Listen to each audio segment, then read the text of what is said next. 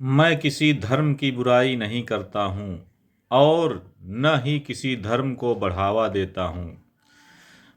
मैं किसी की भावनाओं को ठेस नहीं पहुँचाना चाहता। फिर भी यदि किसी को मेरी बातें अच्छी नहीं लगती हैं तो मैं हृदय से क्षमा प्रार्थी हूँ। जय मसीह के भाइयों बहनों, कैसे हैं आप लोग। मुझे पूर्ण विश्वास है कि आप लोग परमेश्वर की कृपा से स्वस्थ होंगे, आनंदित होंगे और शांति का जीवन बिता रहे होंगे।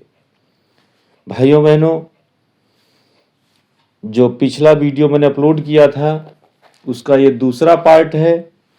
क्योंकि वो बहुत बड़ा हो रहा था इसलिए हमने सोचा, और मेरे पास समय भी नहीं था। जब मैं इसको रिकॉर्ड कर रहा था तो मेरे पास समय नहीं था कि उसको पूरा कंटिन्यू कर सकूं, क्योंकि वीडियो बहुत ज़्यादा लंबा हो जाता। इसलिए मैंने उसको वहीं समाप्त करके, और मैंने आपसे वादा किया था इस वीडियो का दूसरा भाग आएगा। तो भाइयों बहनों, जो बातें मैंने पिछले वीडियो में कही थी और जो रह गई थी उनको मैं कंटिन्यू करना चाहूँगा। सबसे पहले मैं आप लोगों को धन्यवाद देता हूं कि आप लोग मेरे वीडियो को बहुत अच्छा सराह रहे हैं, इसके लिए मैं धन्यवाद करता हूं। और पिछले वीडियो में मैं डर के बारे में बातें जो बताई थी उसी को मैं आगे कंटिन्यू करना चाहूँगा। भाइयों बहनों, डरना नहीं चाहिए, और कहाँ डरना चाहिए कहाँ नहीं डरना चाहिए इसके बारे में मैं अपने विचार रखूँगा। कि हमें कोई भी अच्छा काम अगर हमें समझ में आता है, किसी भी काम को करने से किसी का लाभ होता है, परोपकार होता है, एक अच्छा काम साबित होता है, उसको करने से कभी डरना नहीं चाहिए। और किसी भी गलत काम को करने से डरना चाहिए कि जिस काम के करने से अगर हमें लगे कि अन्याय हो रहा है, किसी की भावनाओं को ठेस पहुंच रही है, कुछ भी गलत हो रहा है, किसी का नुकसान हो रहा है या नेगेटिविटी फैल सकती है, तो उस काम को करने से हमेशा डरना चाहिए। भाइयों बहनों, और अगर हम किसी भी डर के कारण कोई काम कर रहे हैं तो फिर उसका रिजल्ट बहुत अच्छा नहीं हो सकता, या हो सकता है कि बहुत ही खराब रिजल्ट आए। क्योंकि डर करके कोई भी काम नहीं करना चाहिए हमको। हम डर भी रहे हैं, कर भी रहे हैं, तो फिर वो मज़ा नहीं आएगा। क्योंकि जो काम हम अपने रुचि के अनुसार करते हैं और जिसमें हमें इंटरेस्ट होता है, हमें मज़ा आता है, हमें आनंद आता है, उस काम को करने में मज़ा भी आता है, उसका परिणाम भी अच्छा आता है। भाइयों बहनों, किसी ने कहा है कि डर कर किए हुए काम का परिणाम कभी भी अच्छा नहीं होता है। मैं सहमत हूँ जिन्होंने भी कहा है उसके बारे में। और भाइयों बहनों, मैंने पिछले वीडियो में कहा था कि मैं डर रहा था कि मैं लॉन्ग वीडियो अगर डालूंगा, थोड़ा सा अगर बड़ा वीडियो होगा तो कोई देखेगा नहीं। तो भाइयों बहनों, उसी बात को मैं आगे कहना चाहूँगा कि ये मेरा जो डर था वो निर्मूल साबित हुआ। कि जो मेरे 2 बड़े बड़े वीडियो हैं उनको उसी रेशियो में सम्मान मिला है जितना छोटे वीडियोज को मिला था। भाइयों बहनों, मैं बात ये आगे करना चाहूँगा कि जो हम अगर डरते हैं, समझते कि अच्छा काम है और डर रहे हैं, तो हम कहते हैं कि लोग क्या कहेंगे, लोग आएंगे नहीं लाएंगे, आएंगे कि नहीं आएंगे हमारे साथ में। तो हमें बिल्कुल नहीं डरना चाहिए, क्योंकि अगर हम कितना भी अच्छा काम कर लें तो उसके विरोध करने वाले, उसके विरोधी जरूर आपको मिल जाएंगे। और कितना भी बुरा काम कर लें, उसको समर्थन करने वाले, उसको सपोर्ट करने वाले आपको मिल जाएंगे। और किसी ने बहुत ही अच्छी लाइन कही है कि सबसे बुरा है रोग, क्या कहेंगे लोग। अगर लोगों के कहने से, लोगों के कहने के डर के कारण अगर कोई काम नहीं कर रहे हैं तो गलती भाई बहनों हमारी है। हमें लोगों के कहने का डर नहीं होना चाहिए, क्योंकि लोगों का काम है कहना। कुछ तो लोग कहेंगे, लोग तो कहेंगे ही कहेंगे। लोगों का काम कहना, कितना भी हम अच्छा करें बुरा करें, वो लोग बातें बनाएंगे। तो हमें से अगर अच्छा काम समझ रहे, कोई काम अच्छा, तो डरना नहीं चाहिए। भाइयों बहनों, अब बात आगे करते हैं कि मैंने पिछले वीडियो में कहा था कि मैं एक्सपीरियंस शेयर करूंगा। तो आगे जो हमारा विषय है बात करने के लिए, वह विषय है कि जो हम देते हैं इस दुनिया में, जो लोगों को देते हैं, वो हमें कई गुना वापस मिलता है। मेरा कहने का मतलब है कि आप जो बोल रहे हैं, जो आपकी भावनाएं हैं, जो आप प्रकृति को दे रहे हैं, जो नेचर को दे रहे हैं, जो लोगों को दे रहे हैं, वही आपको वापस मिलता है और कई गुना वापस मिलता है। ऐसा मेरा व्यक्तिगत अनुभव है कि जो हम कहते हैं, देते हैं, वो एक बीज की तरह काम करता है। जैसे हमारे पास अगर बहुत अच्छा बीज है, बहुत अच्छा खेत तैयार करके हम बीज बोते हैं और सारी प्रक्रिया को बहुत अच्छे तरीके से करते हैं। प्रोसेस जो होता है, बीज बोने से लेकर के फसल आने तक के बीच का जो प्रोसेस प्रक्रिया होती है, उसको और बहुत अच्छी ईमानदारी से करते हैं तो हमें बहुत कई गुना, जो एक बीज होता है उसकी कई गुना फसल मिलती है। भाई मैंने ऐसे ही अगर हम जो लोगों के बीच में बीज बो रहे हैं, उसकी कई गुना हमें वापसी मिलती है। और जैसे अगर हम धन्यवाद देते हैं, लोगों के बीच में मान सम्मान लोगों को देते हैं, या परोपकार करते हैं, या भलाई करते हैं, या जो भी करते हैं, उसका कई गुना वापस मिलता है। जैसे हम प्रभु परमेश्वर अपने भगवान जिसको भी मानते हैं, अगर उसको हम धन्यवाद देते हैं, अगर उसको धन्यवाद देते हैं, उसकी बड़ाई करते हैं और हर एक बात के लिए धन्यवाद देते हैं, तो फिर हमें वो चीज, वो धन्यवाद जिस चीज के लिए दिया गया उसका कई गुना वापस मिलेगा। वो चाहे लोगों को सम्मान आपने दिया हो, तो कुछ लोग कहते हैं कि बड़े छोटे मानते हैं, बड़े छोटे, मैं बड़ा छोटा कुछ नहीं मानता हूँ। आप सम्मान देंगे, चाहे बड़ा हो चाहे वह छोटा हो, अगर सम्मान के लायक है तो उसको आप सम्मान दीजिए, तो आपको सम्मान मिलेगा। भाइयों बहनों, मान और सम्मान कमाया जाता है और कमाने में समय लगता है, लेकिन गंवाने में समय नहीं लगता है। भाइयों बहनों, रुपया पैसा तो कोई भी कमा लेता है। हर एक व्यक्ति अपना जीवन यापन करने के लिए, अपने खर्चे चलाने के लिए वो पैसे कमाता है। उसका कोई भी तरीका हो सकता है।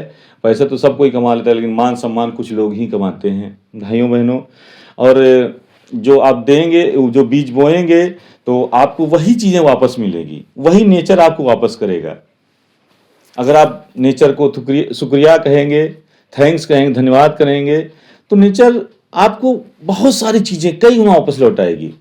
अगर आप शिकायत करेंगे, अगर आप कोसेंगे, आप लोगों को दोष लगाएंगे, लोगों को अपमान करेंगे, आप लालच के कारण लोगों का नुकसान करेंगे, आप घमंड करेंगे, तो वही सारी चीजें कई गुना होके वापस मिलेंगी। भाइयों बहनों, अब बात आगे बढ़ाते हैं कि हम अगर प्रेम व्यवहार बांट रहे हैं, प्रेम से और शांति का और हंसी खुशी बांट रहे हैं, हंसी खुशी रह रहे हैं, लोगों की भलाई कर रहे हैं, तो हमारा जीवन शांति और आनंद से भर जाएगा। भाइयों बहनों, अगर हम ईमानदार होंगे तो हमें ये पूरी दुनिया ईमानदार नजर आएगी। अगर हमारे दिल में खोट होगी तो हमें दुनिया बहुत गंदी नजर आएगी। भाइयों बहनों, मैं अपना पर्सनल एक्सपीरियंस बता रहा हूँ कि मैं जिस तरीके से लोगों से मिलता हूँ, तो मुझे लगता है कि इस सारे मुझे अच्छे लोग मिल रहे हैं, और मेरे अंदर अगर ईमानदारी है तो मुझे लगता है कि दुनिया सारी ईमानदार है। और मैं कहता हूं कि मेरा कोई भी एक पैसे का नुकसान नहीं होता है, और एक पैसा भी मेरा व्यर्थ नहीं जाता है, मेरा समय व्यर्थ नहीं होता है, मेरा समय अच्छे कामों में लगता है, एक एक सेकंड मेरा कीमती है। भाइयों बहनों, ये मैं पर्सनल जो एक्सपीरियंस जो पिछले पार्ट में शुरू किया था उसी को कंटिन्यू कर रहा हूँ। भाइयों बहनों, आगे बात करते हैं कि सफलता क्या है और खुश रहना या खुशी क्या है, इसके बारे में थोड़ा बात करते हैं। असल में लोगों को भ्रम ये होता है कि सफलता जो है और जो खुशी है वो एक ही चीज है, अलग अलग नहीं है। लेकिन मैं अपना अनुभव कहना चाहता हूं, शेयर करना चाहता हूं कि सफलता एक प्रोसेस में होकर मिलती है, और खुश रहने की कोई कारण की जरूरत नहीं होती है। खुश हम अभी आज से तुरंत से रह सकते हैं। खुश रहना एक अलग है और सफलता एक अलग चीज है। अगर हम खुश रहेंगे, आज ही से अगर रहना शुरू कर देंगे, तो फिर सफलता भी मिलेगी, क्यों नहीं मिलेगा। ईमानदारी से हम जो काम हमने, कोई टारगेट, कोई लक्ष्य, अगर हमने गोल अगर सेट किया है, तो उसके लिए ईमानदारी से जो उसके लिए करना चाहिए, ईमानदारी से प्रोसेस करेंगे तो उसका रिजल्ट हमें मिलेगा, बहुत अच्छा मिलेगा। और कोई अगर गोल सेट है, कोई लक्ष्य है, कोई टारगेट है, तो उसके लिए हम प्रयास कर सकते हैं और करना भी चाहिए ईमानदारी से। और चूंकि रिजल्ट या परिणाम हमारे हाथ में नहीं होता है, परिणाम कुछ भी हो सकता है, हमारे पक्ष में भी आ सकता है, विपक्ष में भी आ सकता है, लेकिन प्रोसेस अगर सच्चाई ईमानदारी से करेंगे तो 99%, 99% आपके पक्ष में ही रिजल्ट आएगा। और रही बात खुश रहने की, तो आप खुश रहना शुरू कर दीजिए। उसके लिए क्या जरूरत, किस चीज की जरूरत है भाई? भाई हम खुश रहते हैं, बस रहना शुरू कर देंगे। यही तो एक गूढ़ रहस्य है इस जिंदगी का, इस जीवन का। लोग कहते हैं कि जब हम सफल होंगे तब हम खुश हो लेंगे। अरे भाई, सफल होंगे तब खुश होंगे, तब तक क्या करेंगे? तब तो दुखी रहेंगे, निगेटिविटी में रहेंगे, नकारात्मक विचारों के बीच में रहेंगे, नकारात्मक लोगों के रहेंगे, तो फिर नकारात्मक फैलेगी, हो सकता है रिजल्ट भी आपके पक्ष में ना आए। तो जो खुश रहना, हमें अगर हमने बगैर कारण के खुश रहना सीख लिया तो फिर ये जिंदगी बहुत अच्छी है। और किसी भी काम के लिए प्रक्रिया अगर सही से अपनाएंगे, अगर हमें प्रक्रिया से प्रेम होना चाहिए, प्रक्रिया से प्यार होना चाहिए, प्रक्रिया से हम ईमानदारी से करनी चाहिए। क्योंकि देखिए, जो लक्ष्य होता है उससे अगर प्यार करेंगे, उससे प्रेम करेंगे, उसको चाहेंगे, वो क्षणिक सुख देता है। जो सफलता है या जो मंजिल है, तो वो अगर पा गए तो वो ज्यादा देर खुशी नहीं टिकेगी। लेकिन अगर प्रोसेस से प्यार हो गया, अगर हमने कोई टारगेट सेट किया है, ऐसे मान लिया हमें मंजिल कहीं जाना है, तो जिसके जो रास्ते हैं जहां से होकर गुजरना है, अगर उस रास्ते में चलने से प्यार हो गया, रास्ते को चलने में मजा आने लगा, तो फिर कहने क्या, जिंदगी एकदम धन्य हो जाएगी। तो हमें प्रोसेस से प्यार होना चाहिए, ना कि रिजल्ट से। रिजल्ट तो हमारे लिए अच्छा भी आ सकता है, नहीं भी आ सकता है।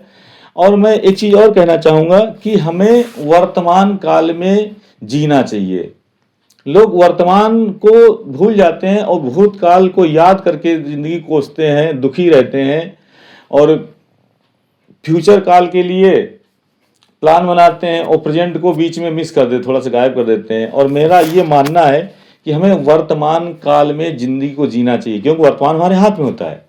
भाई बहन, जो हमारे हाथ में होता है वही तो हम कर सकते हैं। अच्छा, भूतकाल के बारे में सोच कर दुखी हो कि हमारा ये हो गया, वो हो गया, पिछले समय में ये ना होता, ये हो जाता, उसको सोच के दुखी रहेंगे तो प्रेजेंट हमारा खराब हो जाएगा। और अगर प्रेजेंट खराब हो गया तो भूतकाल तो अपने आप खराब हो जाएगा। और फ्यूचर के बारे में कोई फिक्स नहीं है, कोई जानते नहीं फ्यूचर में क्या होने वाला, भविष्य काल में क्या होने वाला है। तो हमें प्रेजेंट अगर हम अच्छा करेंगे, प्रेजेंट को सही तरीके से जिएंगे, प्रेजेंट को एंजॉय करेंगे, जिंदगी लाइफ को हंसी खुशी पूर्वक बिताएंगे, जिएंगे, अच्छे लोगों के साथ रहेंगे, अच्छा काम करेंगे, अच्छी भावना करेंगे, तो भूतकाल तो अपने आप सुधर जाएगा। भूतकाल अगर बहुत अच्छे काम करते रहेंगे प्रेजेंट में, तो भूतकाल सुधरते जाएगा, हमें कोई भी शिकायत भूतकाल से नहीं होगी। और भूतकाल को लेकर हम शिकायत करते हैं तो भूतकाल को बदल नहीं सकते। जो हो गया उसको कैसे बदल सकते हैं? वो तो भूतकाल हो गया। और भविष्य काल में हालांकि प्लानिंग कर सकते हैं, लेकिन निश्चित कुछ नहीं होता कि भविष्य काल में क्या होने वाला, किसको क्या पता है। हाँ, लोग अंदाजा लगाते हैं, लेकिन मैं कहता हूं कि अगर बहुत अच्छे तरीके से हम अपना वर्तमान जी रहे हैं तो हमारा भविष्य भी उज्जवल होगा और अच्छा रहेगा। तो उसके लिए चिंता नहीं करनी चाहिए। हमें प्रेजेंट हमारे हाथ में है, जो हमारे हाथ में है उसको सही से करना चाहिए। अच्छा, कुछ लोग जो हाथ में उसको करेंगे नहीं, जो कर सकते हैं, जो सोचते हैं कि मैं कर सकता हूं, वो नहीं करेंगे। और जो हाथ में नहीं है, जिसपे कोई वश नहीं है, जिसपे कोई जोर नहीं है, उसको लोग लेके ताने उलाने देते हैं, भगवान को, प्रकृति को, नेचर को, आसपास के लोगों को, परिवार को, साथियों को और दुनिया को दोष देते हैं कि अगर उनके जीवन में कुछ गलत हो जाता है तो ऊपर वाले को दोष देंगे, ऊपर वाले ने पता नहीं क्या किया मेरे साथ में। अरे ऊपर वाला किसी के साथ गलत क्या करेगा? वो किसी का क्यों गलत करेगा? अरे आप तो अपने बारे में सोचो कि मैंने कभी अपने दामन में झांक के देखो कि मैंने किसी के साथ कुछ गलत किया कि नहीं किया। भाइयों बहनों, लोग दूसरे को बताएंगे वो गलती है, वो गलती है, दूसरी गलती निकालेंगे, लेकिन अपनी गलतियों के बारे में कभी बात नहीं करेंगे। किसी को पता चल गया कि मैंने गलती की है, किसी दूसरे के प्रति, अपने पड़ोसी के प्रति या अपने भाई के प्रति या किसी गैर के प्रति गलती करी है, उनको एहसास भी जगा है, लेकिन वो मानने को तैयार नहीं होंगे, झुकने को तैयार नहीं होंगे। वो सिर्फ ये साबित करेंगे कि मैं सही हूं, सामने वाला गलत है। पूरी दुनिया वाले लोगों का यही विचार है, अपने आप को सही मान रहे, सामने वाले गलत मान रहे। इसीलिए पूरा इतना तनाव होता है, दंगा फसाद होता है, गृह कलेश होता है। मतलब सारी निगेटिविटी जो है वो इसीलिए फैल रही है कि लोग अपने आप को कहते हैं कि जो हम कर रहे हैं वो सही है, जो कह रहे हैं सही है, और हमारा जीवन सही है, और दूसरे वाले गलत बताएंगे। तो ऐसे सबका एक साथ करेंगे तो सब एक दूसरे गलत बताते रहेंगे, सही किसी को नहीं बताएंगे। तो ये मेरा मानना है कि अगर हमको लग जाता है कि गलती है, हमने करी है, तो हमें दूसरे से सॉरी बोल देना चाहिए, माफ़ी मांग लेनी चाहिए। और ऐसा हो ही नहीं सकता कि अगर हमें गलती का एहसास हो और जिसके प्रति गलती हमने करी है और उसे हम सॉरी बोल के दीन नम्र होकर बोलें कि भाई कोई बात नहीं, अब गलती हो गई, आप माफ़ कर दीजिए, आगे से मैं ध्यान रखूंगा, तो हो ही नहीं सकता कि वो आपको माफ़ी ना दे, माफ़ ना करे। वो आपको और से माफ़ करेगा और उसकी नज़रों में आपकी इज्जत बढ़ जाएगी। भाइयों बहनों, ये तो हो गया कि हमें अपने व्यक्तित्व में कैसे क्या अपनी चीज़ों को शामिल करना चाहिए। और मैं एक बात कहना चाहूँगा कि जैसे एक उदाहरण देता हूँ, एक कपड़ा सुखाने के लिए लोग रस्सी का इस्तेमाल करते हैं, और अगर प्रश्न ये पूछा जाए कि आपको कपड़ा सुखाने के लिए किस चीज़ की आवश्यकता है, तो लोग कहेंगे रस्सी की, जबकि कपड़ा सुखाने में रस्सी का कोई रोल ही नहीं है। अरे भाई, कपड़ा सुखाने तो धूप चाहिए। आप कपड़ा कहीं किसी पेड़ की डाल में टांग देंगे तो सूख जाएगा, कहीं किसी रेलिंग में डाल देंगे, कहीं किसी अंदर कुर्सी में अगर डाल के और पंखा चलाएंगे तो हवा से कपड़ा सूख जाएगा। हवा भी कपड़ा सुखाने में सहायक होती है, और धूप तो होती ही होती है। तो कपड़ा कहीं अगर पड़ा है, उसमें हवा लग रही है या धूप लग रही है तो सूख जाएगा, जबकि रस्सी का कोई रोल नहीं है। लेकिन लोग रस्सी को पकड़ के रोते रहते हैं कि रस्सी नहीं, मेरे पास रस्सी नहीं, रस्सी नहीं, जबकि जो चीज की आवश्यकता है उसकी तरफ लोगों का ध्यान ही नहीं जाता है। भाइयों बहनों, आगे विचार करते हैं कि हम जिंदगी को और अच्छे तरीके से किस तरीके से बना सकते हैं।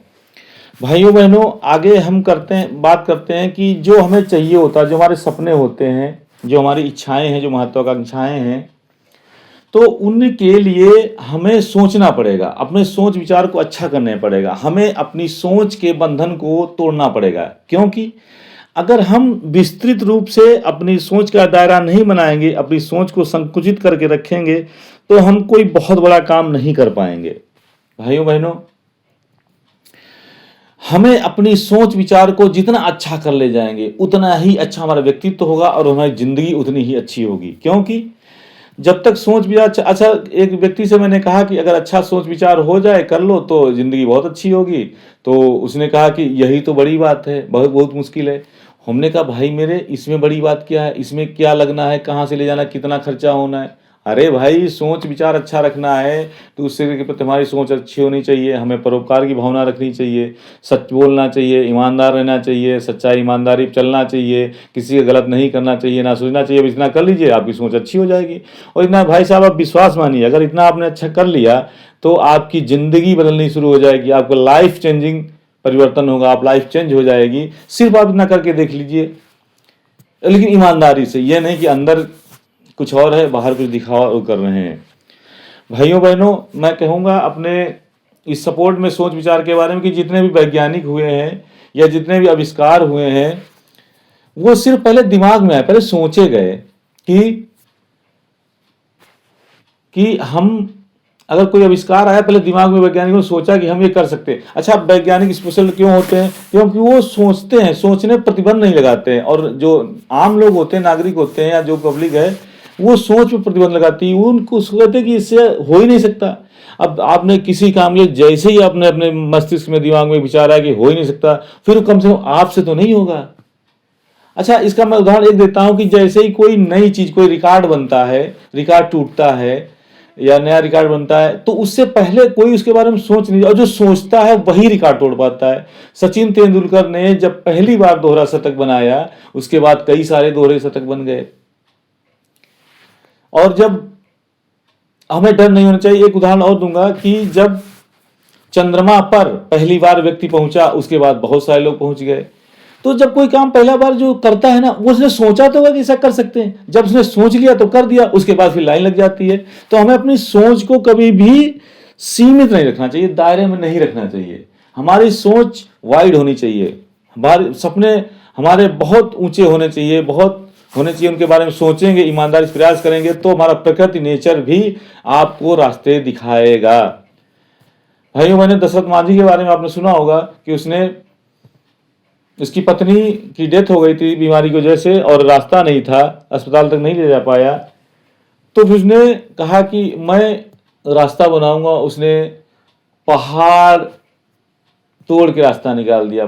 कई साल उसने जिंदगी लगा दी है। अच्छा, जब तक रास्ता नहीं बना, जब शुरुआत करी होगी तो बहुत लोगों ने विरोध किया होगा और उसके बारे में उल्टी सीधी बातें कही होंगी, और ये कहा होगा कि लगता है इसका दिमाग खराब हो गया है, ये कर पाएगा नहीं कर पाएगा। एक जुनून होता है, एक जज्बा होता है, एक जोशो खरोश होता है। उससे अगर हम काम करेंगे और अच्छा सोच विचार रखेंगे तो रिजल्ट हमेशा अच्छा आएगा। भाइयों बहनों, आगे बात करते हैं सफलता और खुशी के बारे में। कि एक मोटिवेटर हैं, उनका कहना है कि दाढ़ी और शेविंग दो सफलता और खुशी की तरह है। कि जब हमें सफलता चाहिए तो उसके लिए समय लगेगा, प्रयास लगेगा, मतलब समय लगेगा तो रिजल्ट आएगा। और शेविंग तुरंत हो जाती है। तो खुशी को शेविंग से उन्होंने कंपेयर किया, तुलना किया है कि अगर हमारी दाढ़ी बढ़ गई है और तुरंत शेविंग करवाएंगे तुरंत साफ हो जाएगी, मतलब तुरंत खुशी मिल जाएगी। लेकिन सफलता के लिए दाढ़ी उन्होंने कहा बढ़ेगी तो उसमें समय लगेगा। तो ऐसे करके उन्होंने उदाहरण दिया है, तो मैं भी उनकी बातों से प्रभावित हूं। भाइयों बहनों, आगे बात करते हैं समस्याओं के बारे में। लोग बोलते हैं कि हमारे जीवन में बहुत समस्याएं हैं, और भाइयों बहनों, मेरा बिल्कुल उल्टा सोचना है कि अगर समस्याएं नहीं होंगी तो आपका विकास नहीं हो पाएगा, समस्याएं नहीं होंगी तो आपकी ग्रोथ नहीं हो पाएगी। मेरा ऐसा मानना है कि जिसके जीवन में बहुत बड़ी समस्या आ जाए उसको ऊपर वाले प्रभु को धन्यवाद देना चाहिए कि अब मेरे जीवन में कुछ बहुत अच्छा होने वाला है। क्योंकि देखिए, मैं हवा में बातें नहीं कर रहा हूं। जो बहुत अच्छी ऊंचाई तक पहुंचे हैं उन्होंने बहुत बड़ी समस्याओं का सामना किया है। अच्छा, ये भी मैं मानूंगा कि जो समस्याओं का सामना कर सकता है प्रभु परमेश्वर हमारा, उन्हीं के ऊपर समस्याएं बहुत बड़ी देता भी है। और प्रभु को लगता है कि जो समस्याएं नहीं झेल पाएगा उसको समस्याएं छोटी देता है। जो जैसी जिसकी कैपेसिटी है उसी के हिसाब से उसको समस्याएं मिलती हैं। तो हमें कभी समस्याओं से घबराना नहीं चाहिए, क्योंकि हम जितनी बड़ी समस्या को हरा के आगे बढ़ेंगे उतना मजबूत हो जाएंगे, हमारा विकास उतना हो जाएगा और हमारी मजबूती बढ़ जाएगी। फिर तो हम उससे बड़ी समस्या का लिए तैयार रहेंगे। और छोटी समस्याओं घबरा गए हम, तो फिर छोटी समस्याओं घबरा गए तो बड़ी समस्या कैसे झेल पाएंगे। अच्छा, हमें अपने बच्चों के बारे में जो मैंने कहना है कि उनको थोड़ा थोड़ा समस्याओं में आने देना चाहिए, क्योंकि अगर समस्याएं थोड़ी बहुत आती रहेंगी तो मजबूत रहेंगे। अच्छा, हमें बहुत ज़्यादा केयर नहीं करनी, बहुत ज़्यादा उनको ऐसा नहीं कि उनके पास कोई समस्या ना आने पाए। देखिए, जब तक माँ बाप हैं, मान लिया है, और बच्चों को बिल्कुल समस्या में नहीं पड़ने दे रहे, उनको समस्या का अनुभव ही नहीं, सामने ही नहीं किया है, और ऐसे ही बच्चे जब बड़े होते हैं और उनके सामने अगर कोई बहुत बड़ी समस्या आ जाती है या छोटी समस्या, तो बहुत जल्दी घबरा जाएंगे, टूट जाएंगे, मजबूत है ही नहीं। जो चीज़ मजबूत नहीं जल्दी टूटेगी, और जो मजबूत है वो मजबूत है। तो ऐसे ही बच्चे जो बिल्कुल कमजोर हैं, जिन्होंने समस्या का सामना किया ही नहीं, उनके माँ बाप ने समस्या को आने नहीं दिया है, तो फिर कमजोर हो जाएंगे। ऐसे बच्चों के सामने समस्या आ जाती है तो ऐसे बच्चे सुसाइड बहुत जल्दी कर लेते हैं, आत्महत्या बहुत जल्दी कर लेते हैं। तो फिर मेरा कहने का मतलब यह है कि थोड़ी बहुत समस्याओं का सामना करने देना चाहिए ताकि वो मजबूत होते रहें। हम ये नहीं कि बहुत बड़ी समस्या में डाल देना चाहिए, ऐसा नहीं है, समस्या में डाल नहीं देना चाहिए, लेकिन फिर भी थोड़ा बहुत में समस्याओं का फेस कर देना चाहिए ताकि उनकी मजबूती बनी रहे। और जब हम माँ बाप का या किसी का उनके ऊपर हाथ ना हो, सपोर्ट ना हो, तो फिर उस जो समस्याएं आती जीवन में उनका मुकाबला कर सके। और एक चीज़ और कहेंगे कि माँ बाप सोचते हैं कि हम अपने बच्चों के लिए बहुत बड़ी प्रॉपर्टी छोड़ जाएं, उनके लिए ऐसा कुछ कर जाए उनको कुछ करना पड़े, तो फिर ये भी एक तरीके से गलती होगा। मेरा ऐसा मानना, पर्सनल ऐसा व्यक्तिगत मानना है कि हम बच्चों के लिए छोड़ जाए वो तो अच्छी चीज़ है, लेकिन हम बच्चों को ये सीख दें कि बच्चों, पैसा तो मैं तुम्हारे छोड़ के जा रहा हूं, लेकिन अगर पैसा बाई चांस आपके पास ना भी हो तो आप पैसे को अर्न कर सके, कमा सके। उनको स्किल देना चाहिए, उनकी स्किल को डेवलप करना चाहिए, उनके मानसिक विकास को इतना कर देना चाहिए कि ठीक है, मैं पैसा दे के जा रहा हूं, उसको सही से उपयोग कर सके। और पैसे को उपयोग करने के बाद अगर पैसा ना हो तो उसको अर्न कर सके, कमा सके। उनको इतना विकसित कर देना चाहिए ताकि उनके जीवन में आगे समस्याएं ना आने पाएं, और समस्या आए तो उनका सामना कर सकें। और भाइयों बहनों, मैंने कहीं से सुना है कि हमारी सोच के अनुसार ही सब कुछ होता है। अमीरी गरीबी भी सोच के अनुसार ही होती है। अगर हमारी सोच गरीबी वाली रहेगी तो हम गरीब रहेंगे। यानी कहने का मतलब गरीबों की जो होते हैं उनकी खुद की सोच के कारण होते हैं गरीब, और जो अमीर होते हैं अपनी सोच के कारण होते हैं। तो कुछ कहीं से मैंने सुना है कि अगर पूरी दुनिया की संपत्ति को जितनी भी जनसंख्या है उससे विभाजित कर दिया जाए और सबको बराबर बांट दिया जाए तो देखा जाए कुछ समय के पश्चात, साल 2 साल 4 साल के बाद, जो गरीब है वो फिर से गरीब हो जाएगा और जो अमीर है वो फिर से गरीब हो जाएगा। ऐसा क्यों? तो इसका यही कारण है कि जो अमीर लोग हैं उनकी अमीर वाली सोच है, अमीरी सोच है, और जो गरीब वाले हैं उनकी गरीबी सोच है। तो गरीब वाला फिर से गरीब हो जाएगा और अमीर वाला फिर से अमीर हो जाएगा। तो भाइयों बहनों, हमें सोच विचार अच्छा रखना चाहिए। हमारी जो स्किल है, अच्छा हाँ, कुछ लोग अपने आप को ये मान लेते हैं कि मैं बिल्कुल बेकार हूँ, मुझे कुछ आता ही नहीं है। भाइयों बहनों, मेरा ऐसा मानना है कि दुनिया में ऐसा कोई व्यक्ति नहीं है जिसके पास अपनी कोई न कोई स्पेशल क्वालिटी ना हो, कोई विशेष योग्यता ना हो। बस उस योग्यता को पहचानना है, उसको तराशना है और उसका अपने जीवन में यूज करना है। प्रभु परमेश्वर ने अपने बेटे बेटियों किसी को भी ऐसा नहीं बनाया कि उसके पास कोई स्पेशल क्वालिटी ना हो। अच्छा, हम दूसरे कॉपी करते हैं कि अरे यार वो अच्छा है और ये हमारे अंदर क्वालिटी नहीं। अरे जो अपनी क्वालिटी है अपनी पहचानो ना, अपनी क्वालिटी आप जानोगे, क्या क्वालिटी दूसरा कौन बता पाएगा। और आप दूसरे की क्वालिटी की नकल करते रहोगे तो जीवन में फिर नकल ही करते रह जाओगे, कुछ कर नहीं पाओगे। क्योंकि लोग नहीं कर पाते कि अपना रास्ता स्वयं नहीं बनाते, दूसरे रास्ते पर चलते हैं। और मेरा कहने का मतलब है कि अपना रास्ता खुद बनाना चाहिए, खुद चलना चाहिए। हो सकता है थोड़ी दिक्कतें हैं, हो सकता है थोड़ी तकलीफें हैं, हो सकता है थोड़ी समस्याएं हैं, लेकिन जब आप अपने रास्ते पर चलेंगे, आगे बढ़ेंगे, दिक्कतों समस्याओं तकलीफों को पार करके आगे बढ़ेंगे, तो जो जीवन जीने का असली आनंद है तभी आएगा। आप कॉपी करते रहेंगे तो कॉपी ही करते रह जाएंगे और फिर आप दूसरों को दोष लगाएंगे, प्रकृति नेचर को, भगवान खुदा गॉड अल्लाह को दोष लगाएंगे, उन्होंने मेरे साथ गलत किया, सही किया। आप अपने आप खुद तो देखिए भाइयों बहनों। और थोड़ा सा आगे बात करते हैं कि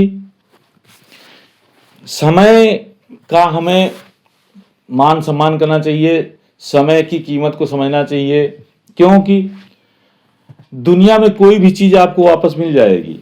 किसी भी चीज को आप खरीद लेंगे, समय को आप कभी नहीं खरीद पाएंगे, क्योंकि गया हुआ समय आपको कभी भी वापस नहीं मिलेगा।